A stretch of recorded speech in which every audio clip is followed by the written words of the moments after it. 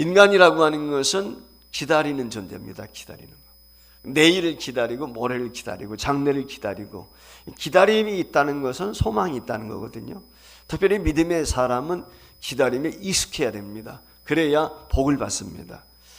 우리가 태어나서부터 세상을 떠날 때까지 우리 인생의 삶의 여정을 가만히 보면 기다림의 연속이다 라고 이렇게 이야기할 수 있어요. 아이들이 배가 고프면 울지요. 왜 웁니까? 젖 달라고 우는 거예요. 그러니까 엄마가 젖죽이 오기를 기다리는 거죠. 이게 우리 인간이거든요.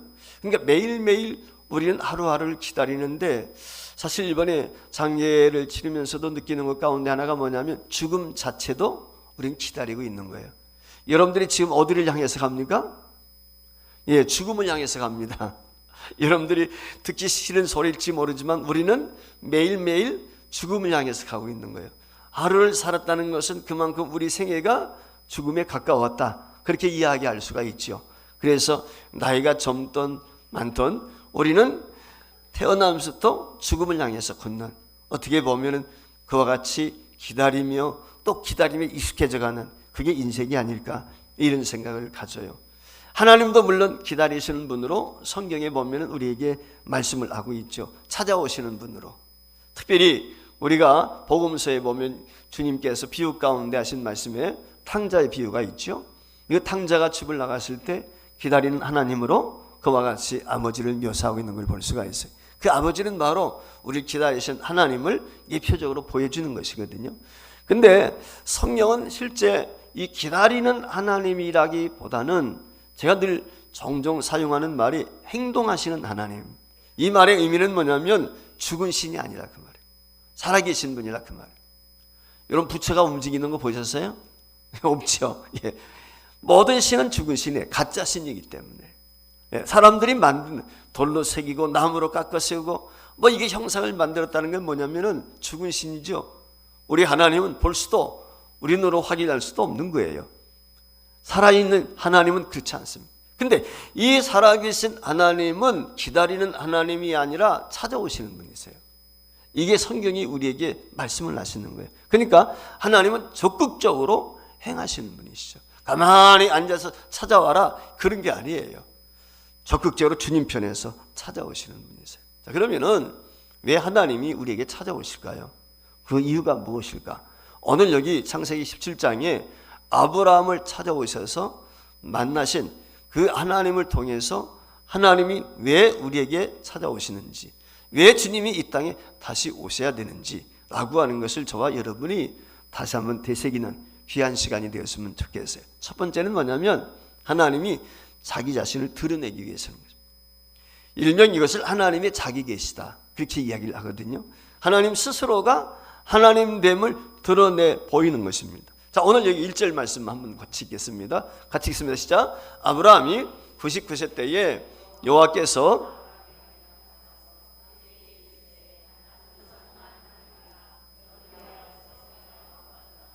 자, 하나님이 아브라함에게 나타나셨는데 자기 자신을 뭐라고 소개를 하고 있어요? 나는 전능한 하나님이다. 엘사다이. 한마디로 말하면 나는 전능자다. 못하실 것이 없다라고 하는 말씀이에요. 그러면서 너는 내 앞에 완전하라. 그렇게 오늘 여기 말씀을 하거든요. 하나님 그러면 생각하는 게 뭐예요? 죄를 용서해 주시고 우리를 사랑해 주시고 때로는 심판하시고 그런 생각 같죠? 거룩하시다, 신실하시다, 약속을 지키신다, 뭐 이런 생각 많이 가져요. 근데 하나님의 속성 중에 하나가 뭐냐? 전능이 전능. 전능하다는 말은 못하실 것이 없다. 능력이 많으시다. 모든 것을 행할 수 있는 분. 이게 우리 하나님이시거든요. 전능이란 말의 의미는 무에서 유를 만드시는 분. 사람들은 있는 것에서 있는 것을, 창조 경제 뭐 이런 얘기 하죠. 근데 창조 경제는 없습니다. 왜 창조 경제가 없을까요? 인간은 창조를 못해요. 창의적인 것이지 창조하고는 개념이 다른 거예요. 창의적이라고 하는 것은 있는 것 가지고 창조에 갖게끔 이렇게 변형을 시키고 개발하는 것뿐이지 창조할 수는 없죠. 창조할 수 있는 것은 신밖에 없어요. 즉 우리 하나님밖에 없다는 거예요. 그러니까 자연 만상을 다스리시고 병든 자를 고치시고 죽은 자를 살리는 것은 하나님만이 하실 수 있어요. 이것을 하나님의 전능성이다. 그렇게 흔히 우리가 이야기를 합니다. 자, 하나님께서 아브라함에게 나타나셨어요. 그 하나님께서 아브라함에게 나타나셔 나는 엘사다이다, 즉 전능한 하나님이다 라고 자기를 계시하셨어요. 자기를 드러내 놓으셨습니다. 자, 이 말씀을 하신 시점이 대략 아브라함 나이가 100세 때입니다. 한마디로 말하면 사라라고 하는 아내를 통해서 아이를 얻지 못한 100세 정도 되었을 때에 그 100세 된 아브라함에게 내가 자식을 낳을 것이라 라고 하는 이야기 하시면서 주신 말씀이 내가 엘사다이, 나는 전능자다 라고 이야기하는 거예요. 왜 그러면 이런 말씀을 하셨을까요? 창세기 18장 11절 말씀에 이렇게 이야기했습니다. 아브라함과 사라는 나이 많아 늙었고 사라에게는 여성의 생리가 끊어졌다 그랬어요. 옛날 성경에는 경수가 끊겼다. 즉 한마디로 말하면 여성의 생리, 주기적으로는 생리가 끊겼다는 말의 의미는 뭐예요? 태가 닫혔다. 이제는 임신할 나이가 지났다. 한마디로 말하면 인간적으로, 생리학적으로, 의학적으로는 아기를 가질 수가 없는 거예요. 불가한 거예요. 그런 나이에 하나님이 나타나신 거예요. 그러니까 이 하나님께서 불가능하다고 믿고 있는, 불가능하다고 생각하고 있는 아브라함과 사라에게 아니다, 나는 가능한 분이다. 왜? 내가 엘사다이기 때문에, 내가 전능자이기 때문에 라고 이렇게 말씀을 하시는 거죠. 이 전능자 하나님이 찾아오셔서 내년 이맘때에 너에게 아들이 있을 거야 라고 하는 얘기를 듣게 되었을 때 아브라함이 어떤 반응을 보입니까? 오늘 창세기 17장 17절로 18절 말씀에 보면 이런 내용이 기록이 되어 있어요. 아브라함이 엎드려 웃으며 그랬어요. 그러니까 내년 이맘때에 너에게 아들이 있을 거야. 그 이야기를 듣고 아브라함이 웃는 거예요, 속으로. 뭐 비웃진 않았겠지. 근데 실소를 금치 못하는 거지. 한마디로 말하면 아니 내 나이가 지금 몇 살인데, 우리 아내가 지금 몇 살인데, 경수와 끊긴 지가 언젠데, 아브라함이 엎드려 웃으며 마음속에 이르되 100세 된 사람이 어찌 자식을 낳을까? 사라는 90세니 어찌 출산하리요? 즉 한마디로 말하면 불가능하다고 생각했던 것이죠. 이 불가능하다고 여기고 있는, 전혀 불가능한 거죠. 인간적으로 보면, 세상적으로 보면, 의학적으로 보면 그런 아브라함에게 아니다, 나는 전능자다, 나는 엘사이다, 한마디로 이렇게 이야기하는 거예요. 자, 아브라함이 사라가 90세고 자기가 100세가 되니까 불가능하다고 생각했기 때문에 편법을 쓰지요. 어떤 편법을 쓰지요? 사라, 자기 아내의 몸종을 자기 아내로 맞이하게 됩니다. 그래서 여러분 아시는 것처럼 이스마엘을 낳게 되지 않습니까? 편법을 쓸 수밖에 없는, 나는 틀렸어 이제. 그래서 이 아브라함 생각에는 어떤 생각이냐면 하나님이 그 하갈을 통해서 나에게 주신 이스마엘, 그 이스마엘을 내 상속자로 삼겠다, 이런 생각을 가지고 있었던 거예요. 그것이 아브라함이었거든요. 그런데 하나님께서 아니다, 그 이스마엘이 약속의 자식이 아니고 진짜 내 씨가 아니라 내 씨는 사라를 통해서 낳게 되는 아들이다 라고 하는 것을 이야기하는 거예요. 그래서 창세기 18장 4절 14절 말씀에 보면 이렇게 기록을 하고 있어요. 여호와께서 능하지 못한 일이 있겠느냐, 기한이 이를 때에 내가 내게로 돌아오리니 사라에게 아들이 있으리라 그랬어요. 오늘 아브라함이 자기 집 앞을 지나는 천사들을 영접해 드렸거든요. 그리고 음식을 대접하는 사이에 그 천사가 이야기를 하는 거예요. 내년 이맘때 사라에게 아들이 있다. 그 얘기를 듣고 아브라함과 사라가 웃었어요. 자, 아브라함의 아들 이름이 뭐예요? 이삭이라는 뜻이 뭐예요? 웃었다는 거예요. 웃었다.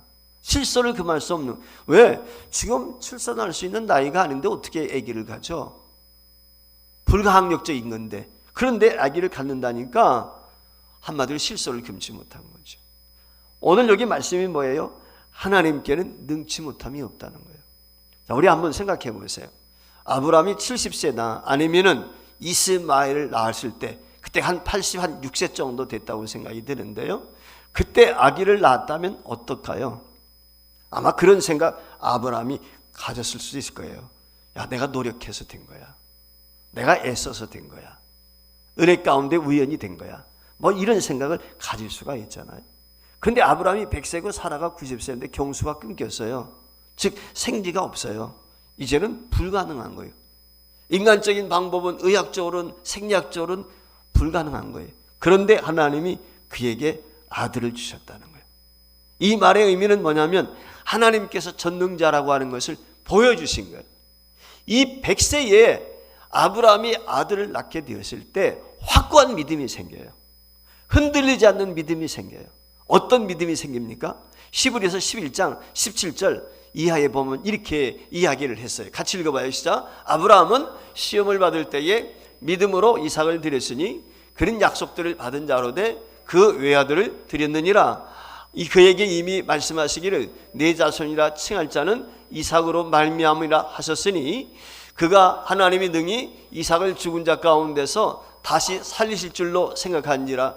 비유건대 그를 죽은 자 가운데서 도로 받은 것이니라 그랬어요. 자, 이 말이 무슨 얘기냐면 어느 날 이삭을 낳아가지고 한참 키우고 있는데 하나님이 나타나셔서 야 아브라함아, 너 이삭을 번제로 드려, 산제물로 드려 그랬어요. 여러분 100세의 아들 얻었거든요.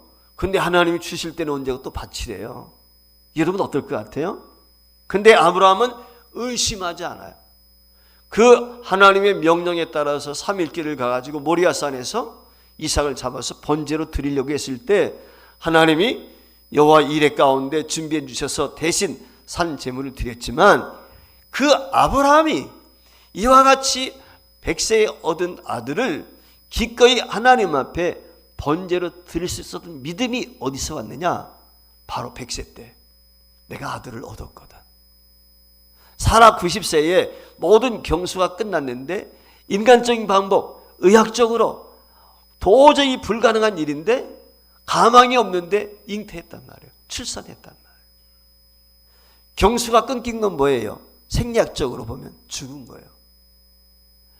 사라가 죽은 거지. 출산이 죽었단 말이에요. 출산 능력이 없어요. 죽은 거야. 근데 하나님이 살리셔서 잉태케 하셨다 그 말이에요.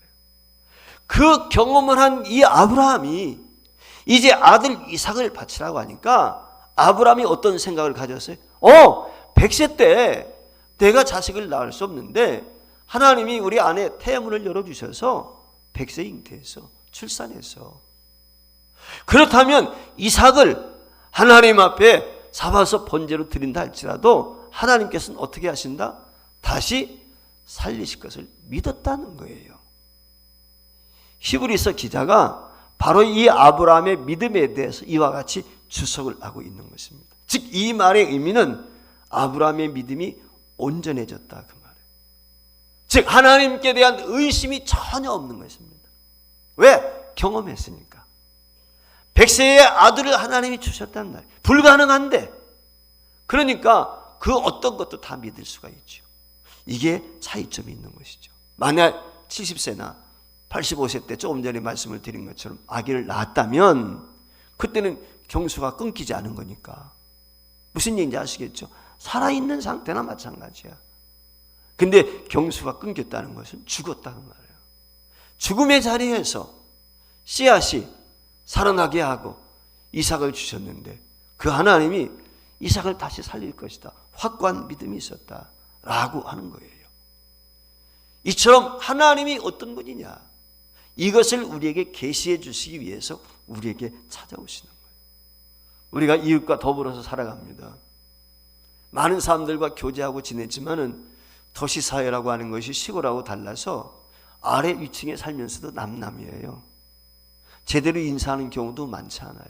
인사하고 지내는데 혹시 위층에 살고 있는 사람 이름 아시는 분이 있으세요? 여러분들 아파트나 빌라에 위층에 살고 계신 이름 아세요? 이름? 그냥 아저씨, 아줌마지. 다 우리나라는 아저씨, 아줌마 씨가 많아. 무슨 얘기인지 알겠죠?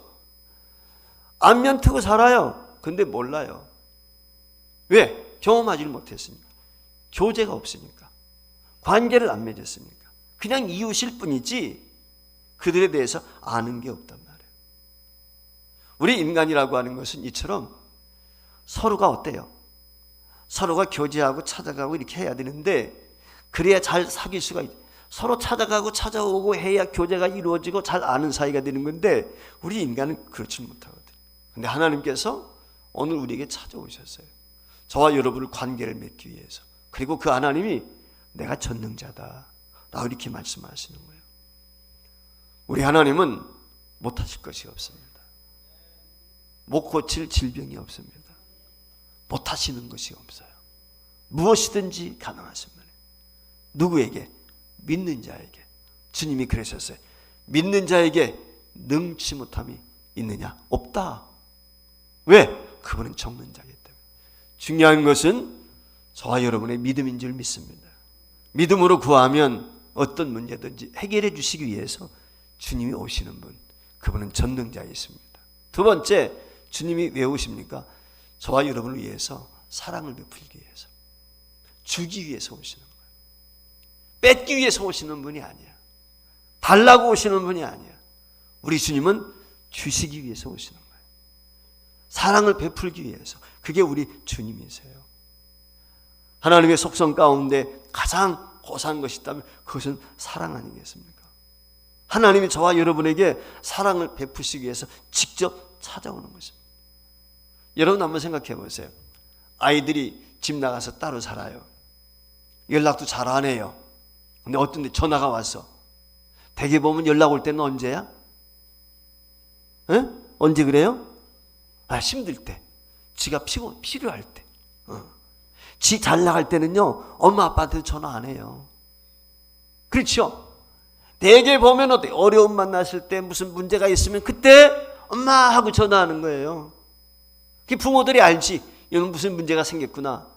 이 말의 의미는 뭐냐면 사람은 찾아가게 될 때 어떤 때 찾아갑니까? 문제가 있을 때. 자기 필요, 자기 충족을 채우기 위해서 찾아가는 거예요. 우리가 이웃을 사귀는데도 대개 보면은 자기 유익을 위해서 사귈 때가 많아요. 근데 우리 주님은 주기 위해서 오셨어요. 하나님이 이 땅에 내주기 위해서 오신 거예요. 독생자 하나밖에 없는 아들을 주셨어요. 그리고 독생자 되시는 예수님은 저와 여러분을 위해서 물과 피를 다 쏟아주셨어요. 이게 우리 주님의 사랑이에요. 이처럼 하나님께서는 우리에게 사랑과 긍휼과 자비와 모든 것을 베풀어 주기 위해서 우리에게 오셨다는 거예요. 아브라함은요, 그가 생각할 때 자신이 이제는 자연 현상을 통해서는 자식을 낳을 수 없다 라고 하는 생각이 들었을 때 하나님 앞에 그랬어요. 웃었다는 말이 그 말이에요. 내가 이스마엘로 족합니다. 이스마엘이 내 상속자입니다. 그런 생각을 가졌거든요. 여러분, 이스마엘이 내 상속자라고 하는 것은 아브라함에게 불신앙, 즉 하나님을 의심하는, 전적으로 믿지 못하기 때문에 그런 거예요. 하나님을 전적으로 믿었다면 비록 100세 가까이 되었어도 자식이 없다 할지라도 인간적인 방법은 택하지 않았을 거예요. 근데 사라가 충동하는 거예요. 여보, 나는 이미 경수가 끊겼어. 자식 가질 수가 없어. 그러니 당신이 내 몸종과 동침해서 대를 잇도록 해. 아브라함이 그런 부탁을 받았다 할지라도 믿음이 좋으면 어떡하겠어요? 안 돼. 하나님이 약속하셨어. 우린 기다려야 돼. 아마 이렇게 이야기했을 거예요. 근데 아브라함은 그렇지 못했단 말이죠. 결국은 어떻게 되었어요? 이스마엘을 통해서 자식을 갖게 되니까 결국 몸적인 하갈과 주인인 사라 사이에 반목이 있어요. 다툼이 있어요. 나중에 이삭이 태어난 후에는 이스마엘과 하갈 쫓겨납니다. 여러분, 흔히 그런 이야기 하죠. 오늘날 팔레스틴에서 이런 끊임없는 전쟁이 일어나는 것은 이스마엘 후손과 이삭의 후손 사이의 다툼입니다. 역사적으로 자세히 제가 알 수는 없지만 그와 같은 비극이 지금까지도 지속되고 있단 말이죠. 하나님은 우리를 사랑하세요. 그 사랑은 희생적인 거예요. 아가페란 말이 그 말이에요. 희생적인 사랑. 하나님의 사랑을 우리에게 단적으로 잘 보여주는 성경책이 있습니다. 그게 호세아서라는 책입니다. 구약에 보면 호세아서가 있는데 그 호세아가 장가를 갔어요. 근데 그 부인 이름이 고멜이에요. 근데 이 사람이 창녀예요. 음탕한 여인이에요. 그래서 몸을 파는 거예요. 남자들 이 남자 저 남자 동침해요. 그리고 집에다 데려다놓으면 또 나가가지고 가출해가지고 다른 남자하고 살림 차리고 다른 남자 자식 새끼 낳고 그럼 또 데리고 들어와요. 이 호세가 돈 주고 대가 지불하고 다시 데리고 오는 거예요. 그럼 또 나가요. 이게 반복가 계속해서. 이게 무슨 얘기냐면 호세라는 사람은 하나님을 보여주는 거예요. 하나님의 사랑, 하나님이 인내하고 기다리고 무조건적으로 베풀어주는. 반면에 고멜이라고 하는 것은 그 시대의 이스라엘 사람들, 하나님의 백성이라는 유대인들이 어떻게 하나님을 배반하고 우상 숭배하고 하나님 법도대로 살지 않고 불순종하는가, 그걸 우리에게 보여주는 것이고 바로 이 시대를 살아가고 있는 저와 여러분의 모습인 거예요. 고멜이. 우린 이처럼 하나님을 거역하고 범죄하고 그래. 그런데 하나님은 계속해서 찾아오십니다. 여러분, 고멜이 남편에게 찾아온 적이 없어요. 호세아가 아내한테 찾아가요. 그리고 돈 지불하고 그를 데려오는 것입니다. 이게 하나님이세요. 저와 여러분을 구원하기 위해서 하나님이 이 땅에 오셨어요. 그리고 대가 지불하셨어요. 어떻게? 하나밖에 없는 독생자 아들 예수 그리스도의 목숨과 저와 여러분을 바꾸셨어요. 주님은 물과 피를 다 쏟아주시기까지 우리를 사랑하셨어요. 이게 하나님의 사랑이에요. 근데 우리는 고멜처럼 하나님을 배신하고 배반할 때가 많아요. 여러분, 예수님의 제자들을 보세요. 예수님이 부활했습니다. 예수님이 승천하시기 전에 죽음에서 다시 살아나신 예수님을 목격했잖아요. 근데 예수님의 부활을 목격했던 제자들이 어디가 있었죠? 어디가 있어요? 어디가 있어? 그렇죠. 디베랴 바닷가에 가 있어요. 왜 거기 가 있어요? 고기잡이하러 갔어요. 옛날로 돌아간 거예요. 그 옛날로 돌아가서 고기잡이하고 있는 디베랴 호숫가에 주님이 찾아오셨어요. 그리고 시몬아, 내가 날 사랑하니? 질문하십니다. 거기 주님께서 그 예수님을 부인하고 예수님을 배반했던 3번씩이나 예수님을 부인했잖아요. 베드로가 예수님만 부인한 게 아니에요. 저주까지 했어요. 침 뱉으면서 저주했다니까요. 그랬던 베드로에게 주님이 가셔서 내가 날 사랑하니? 질문을 해요. 거기서 질문하고 있는 사랑이 너 나 아가페 아니? 그 말이에요. 아가페. 아가페란 말은 신적인 사랑, 희생적인 사랑, 무조건 주는 사랑이에요. 그 질문을 받고 베드로가 주님이 아십니다. 내가 주님 사랑하는 것 주님이 아십니다 할 때 아가페가 아니라 필레오란 말은 우정이에요. 우정. 친구로서. 그러니까 희생적이지 않은 거지. 그러니까 희생적인 사랑은 내가 할 수가 없으니까 그렇게 고백을 못해. 왜? 내가 예수님을 3번씩이나 부인했으니까. 그러니까 그렇게 대답을 못하고 주님께서는 내가 주님 사랑을 아시지 않습니까? 라고 이야기를 한단 말이죠. 이처럼 배신하고 떠나갔던 제자들에게도 찾아오셔서 하나님은 사랑을 베풀어 주시는 거예요. 우리 주님이 이 땅에 오셨어요. 그 이유는 다른 데 있지 않습니다. 저와 여러분을 사랑하기 위해서. 저와 여러분을 사랑하셔서 물과 피를 다 쏟아주셨어요. 그리고 저와 여러분을 하나님의 자녀로 인쳐주셔서 하늘나라 상속자 삼아주셨습니다. 이것이 하나님의 사랑. 여러분, 하나밖에 없는 독생자를 주신 하나님께서 무엇을 아까워하시겠습니까? 저와 여러분을 구원하기 위해서 십자가에서 물과 피를 다 쏟으신 주님께서 무엇을 아까워하시겠어요? 여러분의 마음에 품고 있는 소원이 무엇입니까? 그 어떤 것이든 주님 앞에 내려놓고 기도하게 될 때 주께서 응답 줄 줄 믿습니다. 3번째, 하나님이 이 땅에 오시는 이유는 자기의 뜻을 이루기 위해서, 하나님의 뜻을 이루기 위해서, 하나님의 섭리와 하나님의 뜻을 이루기 위해서 오시는 거예요. 자, 오늘 본문 2절과 8절 말씀을 같이 읽겠습니다. 시작. 내가 내 언약을 나와 너 사이에 두어 너를 크게 번성하게 하리라 하시니 내가 너와 내 후손에게 내가 거류하는 이 땅 곧 가나안 온 땅을 주어 영원한 기업이 되게 하고 나는 그들의 하나님이 되리라. 여기 3가지 축복을 약속하셨어요. 첫째는 번성하게 하는 거예요. 크고 번성하게 하겠다. 그렇게 여기 말씀을 했어요. 아브라함을 하여 번창하는 아브라함에게 어떻게 해요? 약속을 하시는데 데리고 나가서 바닷가에 모래 봐라, 하늘의 별을 봐라, 그렇게 번성할 것이다 내 후손이, 약속을 해주셨죠. 이게 첫 번째. 두 번째가 무엇입니까? 열국의 내가 아비가 된다. 그래서 열국의 아비, 아브라함은 아비란 뜻이야. 아비. 근데 그 아비라는 이름을 아버지로, 열국의 아버지로 바꿔주는 아브라함이라고 바꾸는 거야. 사레란 말이 원래 아브라함의 아내 이름이 사레란 말은 어미란 뜻이야.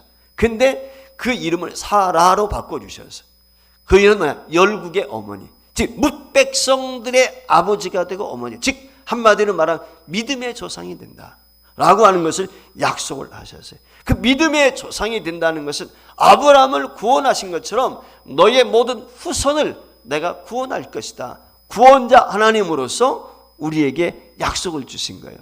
그 다음에 세 번째가 있는데 그게 뭐냐면 나는 너의 하나님이다. 내 후손들이 나를 누구라? 하나님이라 할 것이다 라고 이렇게 말씀을 하고 있어요. 즉 하나님 된다는 말은 저와 여러분을 통해서 하나님이 영광을 받으시는 거예요. 부족한 사람이지만 하나님이 김 목사를 택한 이유가 있어요. 제가 신학을 자원해서 간 게 아니라 하나님의 콕쥐어서 가게 되었거든요. 끌려서. 하나님이 부르시고 하나님이 택하셔서 강제해서 제가 자발적으로 신학교 간 게 아니고 하나님이 끌려서 신학교를 갔어요. 끌려서. 근데 끌려서 갔지만 하나님께서 제게 말씀을 주신 거예요. 야 수연아, 너는 내 것이야. 내가 너를 통해서 영광을 받으실 거야. 내가 너를 통해서 이루고자 하는 뜻이 있어. 그러면서 제게 말씀을 주시더라고요. 그래서 그 말씀 앞에 제가 복종하게 되었고 이 백성은 나를 위하여 지었나니 나의 찬송을 부르게 하려 함이라고 하는 이사야 43장 21절의 말씀처럼 오늘까지 미천하고 부족한 사람이 지난 45년 동안 이처럼 주의 종으로 쓰임을 받고 있는 거예요.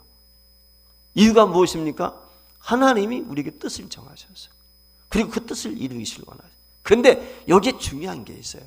그것은 뭐냐면 하나님의 뜻은 하나님의 때에 이루어지는 것입니다. 내 때가 아닙니다. 이 점을 우리가 잘 명심을 해야 돼요. 항상 우리가 가져야 될 것이 무엇이냐면 예수님의 제자들이 예수님 배반하고 떠나갔단 말이죠. 근데 예수님이 그들을 찾아오셔서 그들을 다시 세워주십니다. 부족한 것들이 너무 많아. 험도 너무 많아. 성격적으로도 그래. 그런데도 불구하고 하나님께서 그들을 택하시고 그들을 부르시고 다시 오신 주님께서 그들에게 놀라운 선물을 주셨는데 그게 뭐죠? 성령을 선물로 주셨어요. 성령을 선물로 받게 되었을 때 그들이 변화되어지고 새로워져서 하나님의 신실한 일꾼이 되었단 말이죠. 여러분 예수님이 이 땅에 초림하실 때 갈라디아서 4장 4절 말씀에 보면 예수님의 탄생 기사에 대해서 바울 사도가 때가 참에 여자에게 나셨다. 그러니까 예수님이 아무 때나 오신 게 아니라 하나님이 정하신 시간표가 있어. 그 시간표에 따라서 예수님이 이 땅에 오셔서 자 예수님이 천국 가십니다. 천국 가시기 전에 제자들과 대화를 나누는데 제자들이 물어봐. 선생님 예루살렘 회복이 이때입니까? 어느 때입니까? 라고 질문을 해. 그러니까 예수님께서 뭐라고 대답했어요? 이스라엘 회복할 때는 나도 모르고 아무도 몰라. 천사들도 모르고 아버지만 아신다. 즉 아버지의 때가 있다는 거예요. 마찬가지로 주님이 이 땅에 재림지로 오십니다. 재림지로 오신다는 말은 심판해 주러 오시는 거예요. 초림은 예수님이 구원주로 오신 거예요. 우리를 구원하시기 위해서. 그래서 물과 피를 다 쏟아주셨어요. 우리 구원하기. 근데 그 구원하기 위해서 오셨던 주님이 부활 승천하셔서 하나님 우편에 계시다가 다시 오시는데 이때는 심판주로 오시는 거예요. 그래서 믿지 않는 자는 영원한 지옥 심판을 면할 수밖에 없고 구원받은 저와 여러분은 천국으로 들어가는 거죠. 근데 그때가 언제냐? 주님이 정하신 때에 오신다. 하나님이 약속하신 때에 오신다는 거예요. 여러분 나사로가 죽었어요. 예수님이 찾아가서 나사로를 살렸어요. 근데 이 나사로가 죽기 전에 예수님이 병들었다는 소식을 들었어요. 근데 예수님이 안 찾아갔거든요. 왜 안 찾아갔을까요? 이유가 뭘까요? 근데 예수님이 죽었다 하니까 예수님이 하시는 말이 야 나사로가 잠들어서 우리 깨우러 가자 그러는 거예요. 이유가 뭘까요?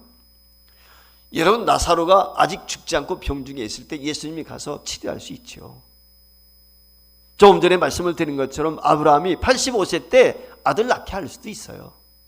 그런데 죽었단 말이야. 나사로가 죽었고 사라가 죽은 거야. 경수가 끊겼다는. 죽은 자를 살린 거지. 이 말의 의미가 뭐예요? 살릴 수 있는 사람 살린 건 별거 아닌 거잖아. 의사들 살 수 있잖아. 근데 죽은 자는 의사는 못 살려. 하나님만이 하실 수 있는 거지.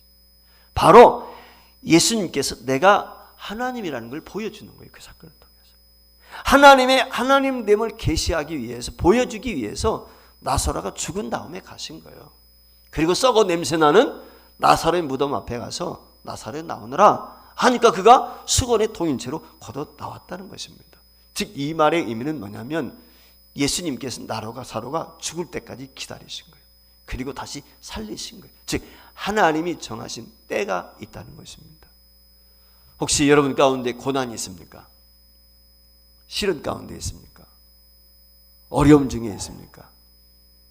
중요한 것은 기다리는 것입니다. 때가 있습니다. 하나님이 정한 때가 있어요. 저는 그렇게 믿습니다. 하나님을 사랑하는 자에게는요, 모든 것이 합력해서 선한 역사를 가져옵니다. 모든 것이. 그것이 어떤 것이 되었든 모든 것이 하나에서 열까지 모두가 하나님의 경륜 속에 있어. 저와 여러분, 하나님의 뜻 안에 있는 거예요. 실패도 성공도, 병드는 것도 건강한 것도, 망하는 것도 흥하는 것도 다 하나님의 뜻이 있어요. 경륜이 있어요. 이 뜻을 깨닫기까지는 주님께서 우리를 연단하십니다. 참고 기다리시는 거예요. 참는 저와 여러분도 힘드시지만 기다리고 계신 주님도 힘드신 거죠. 왜? 저와 여러분이 복받을 그릇을 준비할 때 그때 복을 주시는 거예요. 문제 해결 받게 하시는 거예요. 때가 되면 주께서 역사하십니다. 하나님은 이처럼 자기의 전능하신 분임을 계시하기 위해서 이 땅에 오셨습니다. 그리고 그 주님께서는 저와 여러분에게 모든 것을 베풀어 주시기 위해서, 사랑하기 위해서 오셨어요.